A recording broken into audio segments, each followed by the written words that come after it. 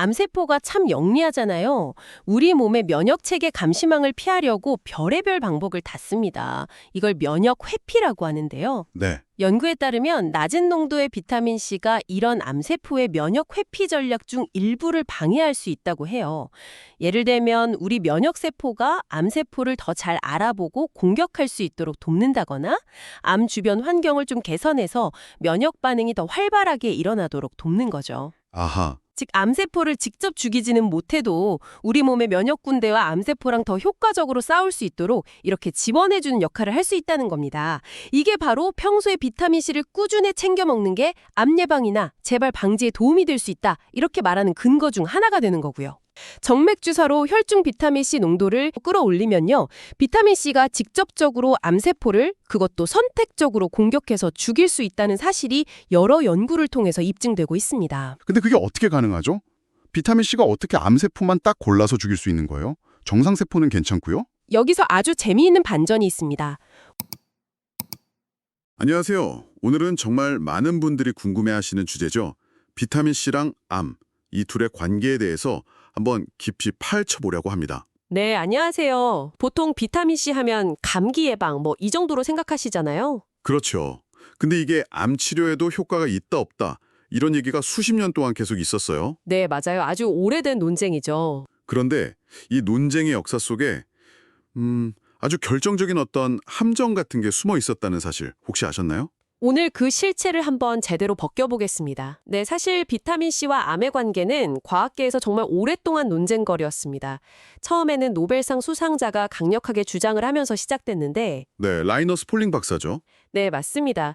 근데 곧바로 아직 권위 있는 기관에서 반박 연구 결과가 나오면서 수십 년 동안은 좀 부정적인 시각이 우세했었죠. 그랬었죠. 하지만 최근 연구들을 보면요. 당시 그 반박 연구에 결정적인 한계가 있었다는 점을 지적하면서 새로운 가능성을 좀 열고 있습니다. 오늘 저희가 같이 살펴볼 자료는 이왕재 박사님의 저서 암과 치매에 대한 비타민C 이야기의 일부인데요. 1970년대의 그 뜨거웠던 논쟁부터 시작해서 그 논쟁의 핵심이었던 비타민C 투여 방식의 차이, 그리고 최신 연구들이 밝혀낸 작용 원리까지 아주 폭넓게 다루고 있거든요. 그렇습니다. 오늘 이 자료를 통해서 왜 초기에 나왔던 긍정적인 주장들이 힘을 얻지 못했는지, 그리고 결정적으로 비타민C를 어떻게 투여하는지, 그러니까 입으로 먹느냐 아니면 혈관으로 직접 주사를 맞느냐에 따라서 그 효과가 왜 그렇게 극명하게 달라지는지 그 과학적인 근거를 좀 명확하게 이해하는 데 초점을 맞춰보겠습니다. 좋습니다. 이게 좀 복잡해 보일 수 있는데 저희가 핵심을 딱 짚어서 여러분들이 아하 하고 무릎을 착 치실 수 있도록 길잡이가 되어 드릴게요. 자, 그럼 시간 여행을 한번 떠나볼까요?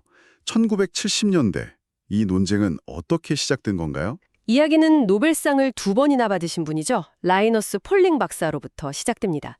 이분이 아주 많은 양, 그러니까 우리가 거대 용량이라고 부르는 정도의 비타민C가 암 환자의 생존 기간을 늘리는 것 같다, 이런 항암 효과를 주장하면서 학계는 물론이고 대중적으로도 엄청난 관심을 끌게 됐죠. 와, 노벨 화학상에 평화상까지 받으신 석학의 주장이니까 그 파급력이 정말 대단했겠네요.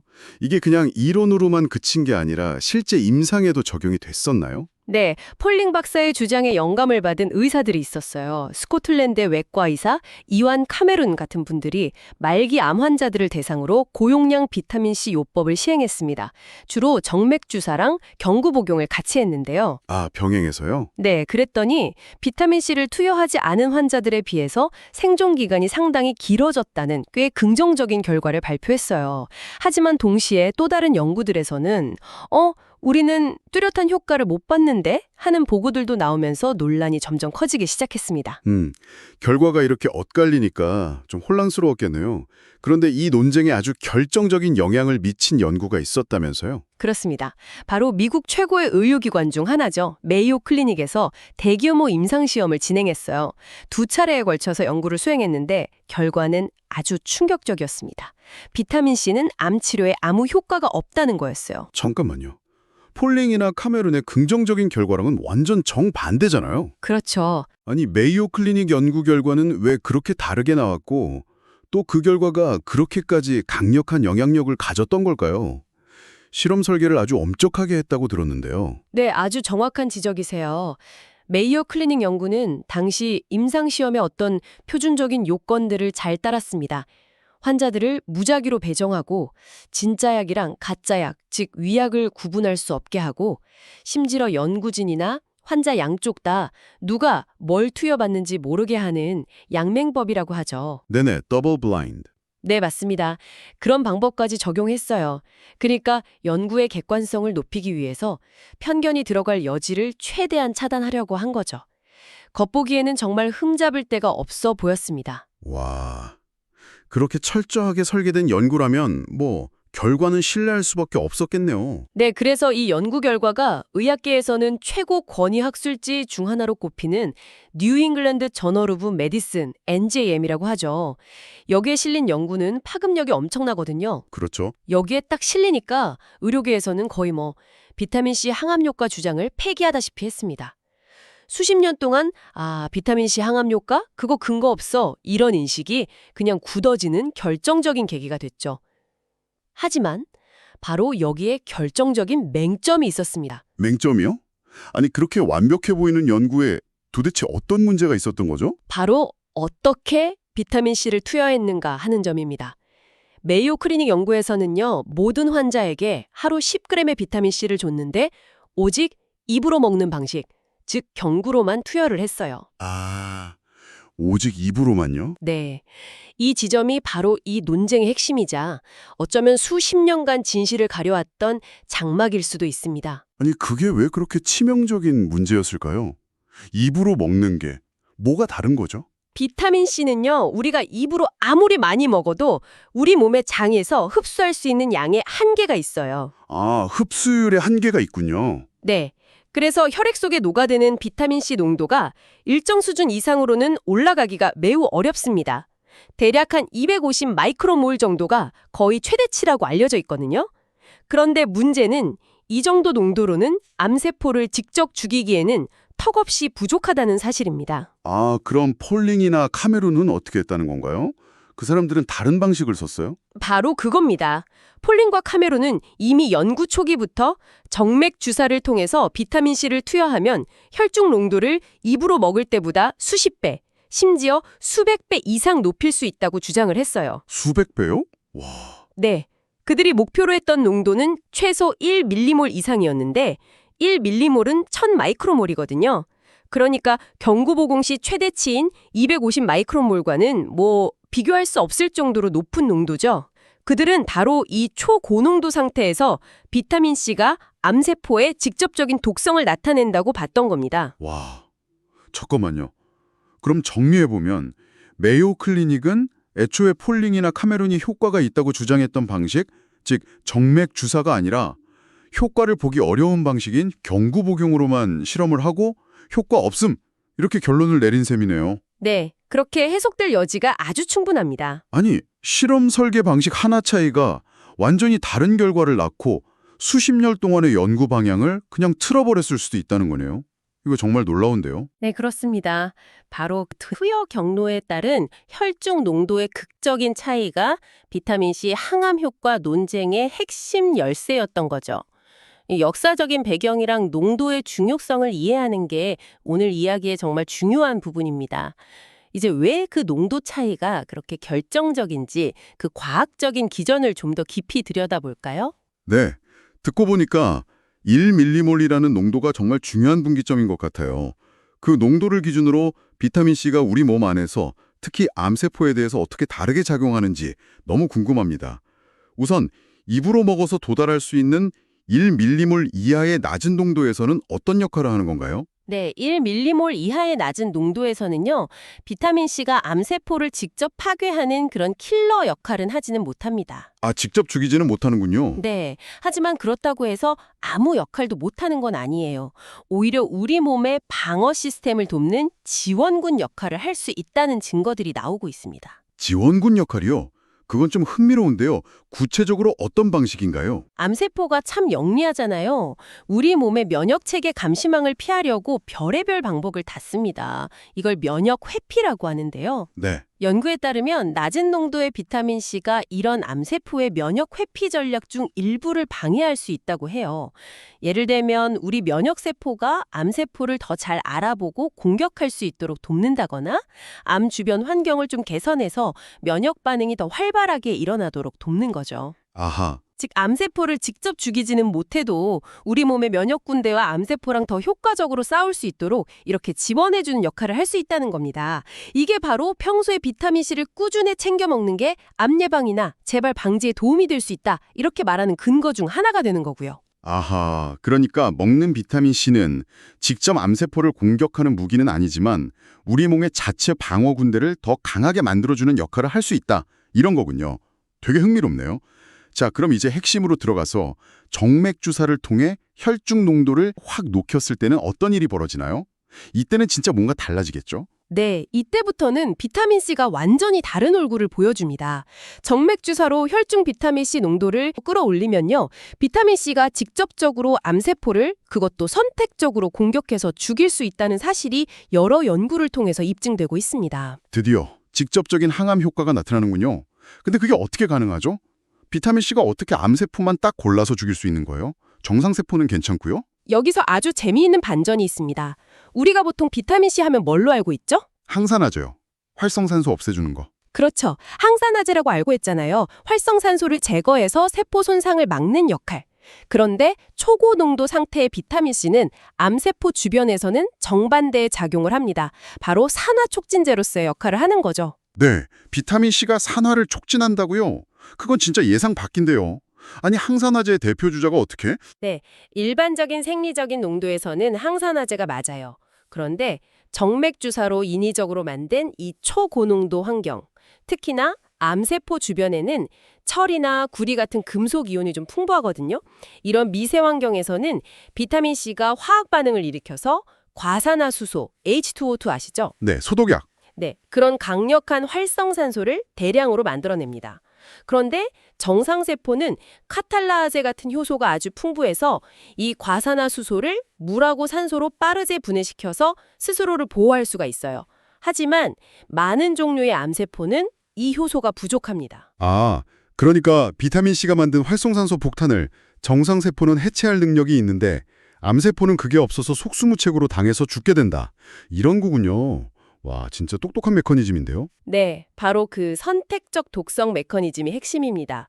이 기전은 미국 국립보건원 NIH의 마크 레빈 박사 같은 세계적인 비타민C 연구 권위자들이 실험적으로 증명하면서 학계에서 아주 큰 주목을 받았어요.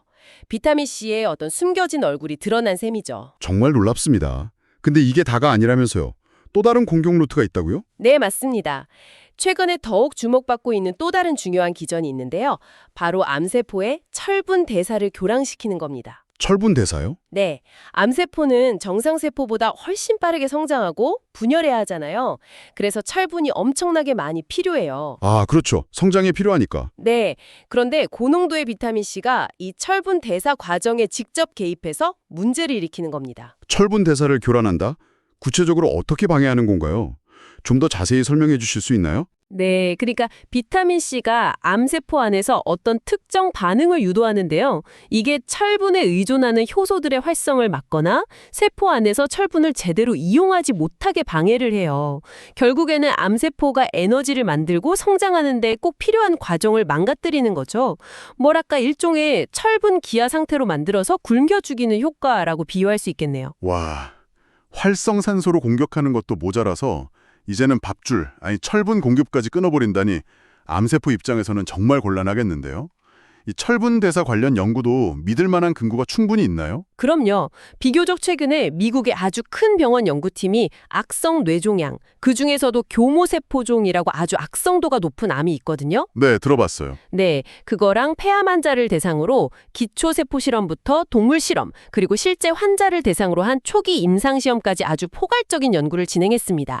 그 결과 고용량 비타민C 정맥 주사가 방사선 치료나 항암화화 요법이랑 같이 쓰였을 때 안세포의 철분 대사를 망가뜨려서 치료 효과를 더 높인다는 사실을 명확하게 확인했어요. 와, 임상시험까지요? 네, 이 획기적인 연구 결과는 세계 최고 수준의 암 전문 학술지인 캔서셀, 여긴 정말 암 연구 분야에서는 거의 정상급 저널 중 하나거든요.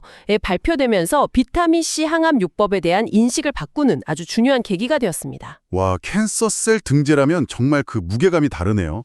기초 연구부터 임상까지 쫙 이어진 결과니까 더 설득력이 있고요. 야, 이 정도면 수십 년간 계속됐던 그 논쟁에 종지부를 찍을 만한 강력한 근거들이 정말 쌓이고 있다고 봐도 되는 걸까요? 네, 그렇게 볼 수 있습니다. 과거 메이오 클리닉 연구의 한계점들이 명확해지고 있고 또 고농도 비타민C가 구체적으로 어떻게 암세포를 공격하는지 그 기전들이 속속 밝혀지면서 이제는 단순히 그거 효과 없어 이렇게 치부하기는 어려운 단계에 이르렀다고 봅니다. 물론 아직 더 많은, 더 큰 규모의 임상 연구가 필요한 건 사실이지만요. 치료제로서의 잠재력은 분명히 재평가받고 있는 상황입니다. 이건 무시할 수 없는 과학적 증거들이죠. 그렇군요. 자, 이제 비타민C의 항암 효과에 대한 과학적 근거는 상당히 탄탄해진 것 같은데요. 근데 여기서 또 한 가지 중요한 질문이 생깁니다. 이 고용량 비타민C 요법, 이게 모든 종류의 암에 다 효과가 있을까요? 아니면 특정 암에 좀 더 잘 듣는다거나 그런 게 있을까요? 그거 아주 중요한 질문입니다. 결론부터 말씀드리면 비타민C가 만병통치약은 아니에요. 모든 암에 동일하게 효과를 보이는 것은 아닙니다. 분명히 선별적으로 작용하는 특성이 있습니다. 선별적으로요? 그렇다면 어떤 암에 더 효과적일지 이걸 미리 좀 예측할 수 있는 방법 같은 게 있을까요? 그 차이는 도대체 어디서 오는 걸까요? 중요한 단서 중 하나가 암세포 표면에 있는 특정 단백질인데요. 바로 SVCT2라는 비타민C 수용체입니다. SVCT요? 네, 이 SVCT는 비타민C를 세포 안으로 이렇게 운반하는 역할을 하는 일종의 문이라고 생각하시면 돼요. 비타민C가 암세포 안으로 들어가려면 그 문을 통과해야 하는 거군요. 정확합니다. 유방암 세포를 가지고 연구를 해봤더니 아주 흥미로운 결과가 나왔어요. 이 SBCT2 수용체가 많이 발현된, 그러니까 문이 많은 유방암 세포는 고농도 비타민C에 굉장히 취약해서 잘 죽는 반면에 이 수용체가 거의 없는, 문이 거의 없는 유방암 세포는 비타민C에 거의 반응을 안 하더라는 겁니다. 와... 이 결과는 면역 체계가 없는 특수한 생쥐에게 암세포를 이식해서 진행한 동물 실험에서도 똑같이 확인이 됐어요. 그렇다면 이론적으로는 암 환자의 종양 조직을 딱 떼서 검사를 해가지고 이 SVCT2가 얼마나 있는지 그 발현 정도를 확인하면 고용량 비타민C 치료가 효과적일지 아닐지를 미리 예측해 볼 수도 있겠네요. 야, 이건 정말 맞춤 치료의 가능성을 보여주는 건데요. 바로 그 가능성을 시사하는 아주 의미 있는 발견입니다. 물론 SVC2 말고도 다른 여러 요인들이 비타민C 효과에 영향을 미칠 수는 있겠지만 이 SVC2는 앞으로 비타민C 치료 효과를 예측하는데 아주 중요한 생체 표지자, 바이오마커라고 하죠. 그게 될 잠재력이 충분히 있습니다. 특정 표지를 가진 암 환자에게 더 효과적인 치료를 제공하는 소위 정밀의료의 한 예가 될 수 있는 거죠. 이런 효과 말고 환자 입장에서 봤을 때 고용량 비타민C 요법이 가지는 또 다른 매력적인 점이 있을까요? 예를 들면 부작용이라든지. 네, 임상적으로 봤을 때 정말 매우 중요한 장점이 있습니다. 바로 부작용이 현저히 적다는 점이에요. 아, 정말요? 네. 기존의 1세대 세포 독성 항암제들 있잖아요. 이런 약들은 빠르게 분열하는 세포를 좀 무차별적으로 공격하는 경향이 있어요. 그래서 암세포뿐만 아니라 정상세포, 예를 들면 머리카락 만드는 모낭세포나 입안 점막세포, 골수세포 같은 것들도 손상을 입혀서 탈모라든지 구내염, 구토, 백혈구 감소 같은 좀 심각한 부작용을 유발하는 경우가 많거든요. 네, 너무 힘들죠. 그런 부작용들. 그렇죠. 그런데 고용량 비타민C 요법은 앞서 설명드린 그런 기전들처럼 암세포를 비교적 선택적으로 공격하기 때문에 심각한 전신 독성이나 부작용이 거의 보고되지 않았습니다. 물론 일부 신장 기능에 문제가 있는 환자분들은 좀 주의가 필요하긴 하지만 전반적으로는 내약성이 매우 우수하다고 평가받고 있습니다. 와, 부작용이 적다는 건 진짜 엄청난 장점이네요. 항암 치료 과정에서 환자들이 겪는 그 신체적, 정신적 고통을 생각하면 더더욱 그렇습니다. 어쩌면 치료 효과만큼이나 중요한 부분일 수도 있겠어요. 정확합니다. 심지어 부작용이 적을 뿐만 아니라요. 암 환자의 전반적인 컨디션, 예를 들어서 뭐 피로감이라든지 통증, 식욕 부진 같은 것들을 개선하고 기분도 좀 좋게 하는 등 삶의 질을 향상시키는 효과가 있다는 보고가 꾸준히 나오고 있습니다. 특히 더 이상 표준적인 항암 치료가 좀 어렵거나 효과가 없는 말기 암 환자분들에게는 이런 삶의 질 개선이 무엇보다 중요할 수 있거든요. 이야, 효과도 기대해 볼 수 있는데 부작용은 적고 오히려 삶의 질까지 높여준다니 이거 정말 고려해 볼 만한 치료법이라는 생각이 드는데요. 그렇다면 이걸 실제 암치료 현장에서는 어떻게 활용하는 게 가장 현실적이고 효과적일까요? 단독으로 쓰나요? 현재로서는요, 고용량 비타민C 요법 하나만으로 암을 완전히 낫게 하기는 좀 어렵다는 것이 중론입니다. 아, 단독으로는 어렵군요. 네, 맞습니다. 여러 연구에서 비타민C가 다른 항암 치료의 효과를 더 높여주거나 이걸 민감화 효과라고 하는데요. 혹은 치료로 인한 부작용을 좀 줄여주는 그런 결과들이 관찰되고 있어요. 예를 들어서 아까 말씀드린 그 캔서셀 연구에서도 방사선 치료나 특정 항암제랑 같이 썼을 때 효과가 더 좋았다고 나왔죠. 따라서 암 치료 전문가들이 기존 치료 계획에 고용량 비타민C 정맥 주사를 추가하는 것을 좀 적극적으로 고려해 볼 가치가 있다. 이렇게 제안하는 겁니다. 물론 모든 결정은 환자의 구체적인 상태, 암의 종류나 병기, 다른 동반 질환 여부 이런 것들을 종합적으로 고려해서 주치의 선생님과 충분히 상담하고 신중하게 내려줘야 하는 건 당연하고요. 네, 그럼 종합적으로 한번 정리를 해보면요. 평소에 우리가 비타민C를 음식이나 영양제로 꾸준히 섭취하는 것은 암을 예방하는 데 어느 정도 도움을 줄 수 있는 아까 말씀하신 지원군 역할을 기대해 볼 수 있고, 네, 그렇죠. 예방 차원에서요. 그리고 만약에 안타깝게 암 진단을 받았다면 표준적인 항암 치료를 받으면서 병암요법의 하나로서 고용량 비타민C 정맥 주사를 한번 고려해 볼 수 있다. 이런 말씀이시군요. 물론 전문가와의 상담은 필수고요. 네, 현재까지의 과학적인 근거들과 임상적인 경험들을 바탕으로 내릴 수 있는 가장 합리적인 결론이라고 생각합니다. 네, 오늘 비타민C와 암의 관계 정말 깊고 흥미롭게 파헤쳐봤습니다. 1970년대 라이너스 폴링의 주장으로 시작된 그 뜨거웠던 논쟁, 그리고 한때 결정적이었던 메이오 클리닉 연구가 왜 반쪽짜리 진술이었는지, 그 핵심에는 바로 투여 경로, 즉 입으로 먹느냐, 정맥 주사로 맞느냐, 그리고 그로 인한 혈중 농도, 기준에 엄청난 차이가 있었다는 것을 명확히 확인했습니다. 네, 그리고 고농도 상태에서는 비타민C가 우리가 알던 항산화제가 아니라 오히려 예상 밖의 산화 촉진제로 작용하거나 암세포 생존에 꼭 필요한 철분 대사를 방해함으로써 직접 암세포를 공격할 수 있다는 구체적인 과학적 기전들을 이해하는 것이 중요하고요.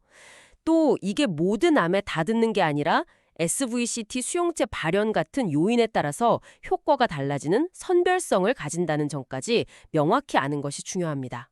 뿐만 아니라 기존 항암 치료의 가장 큰 어려움 중 하나인 심각한 부작용이 현저히 적고 오히려 환자의 삶의 질을 개선할 수 있다는 아주 매력적인 장점, 그리고 이걸 바탕으로 표준 치료와 함께 시너지를 내는 병합 치료의 가능성까지 저희가 쭉 살펴봤습니다. 이 정보가 여러분께 왜 중요할까요? 단순히 비타민C가 어디에 좋다더라 하는 이런 피상적인 정보를 넘어서서 어떤 조건에서 어떤 원리로 작용하는지에 대한 깊이 있는 이해는 정말 넘쳐나는 건강 정보 속에서 옥석을 가리고 현명한 판단을 내리는데 필수적이기 때문입니다. 네, 정말 정확하고 균형 잡힌 정보에 기반한 이해가 그 어느 때보다 중요하다고 생각합니다. 고용량 비타민C의 항암 효과가 SVCT2 수용체 발현 여부 같은 특정 생체 표지자에 따라서 달라질 수 있다면요. 혹시 머지않은 미래에는 암 환자의 종양 조직에서 이런 표지자들을 미리 검사하는 것이 표준 진료의 일부가 될 수도 있지 않을까요? 충분히 그려볼 수 있는 미래라고 생각합니다. 만약 정말 그렇게 된다면 고용량 비타민C 요법은 더 이상 효과에 대해서 논쟁이 분분한 어떤 보조요법이나 대체의학의 영역에만 머무른 것이 아니라요. 특정 환자 그룹에게 최적화된 효과를 제공하는 아주 당당한 정밀 맞춤 의료, 프리시전 메디슨의 한 축으로 자리 잡게 될지도 모릅니다. 네, 비타민C가 개인 맞춤형 암 치료 전략의 중요한 열쇠가 될 수도 있다는 가능성, 정말 흥미로운 주점인 것 같습니다. 여러분은 이 가능성에 대해서 어떻게 생각하시나요? 오늘 저희가 함께 파헤쳐본 이야기들을 바탕으로 한번 깊이 생각해 보시면 좋겠습니다.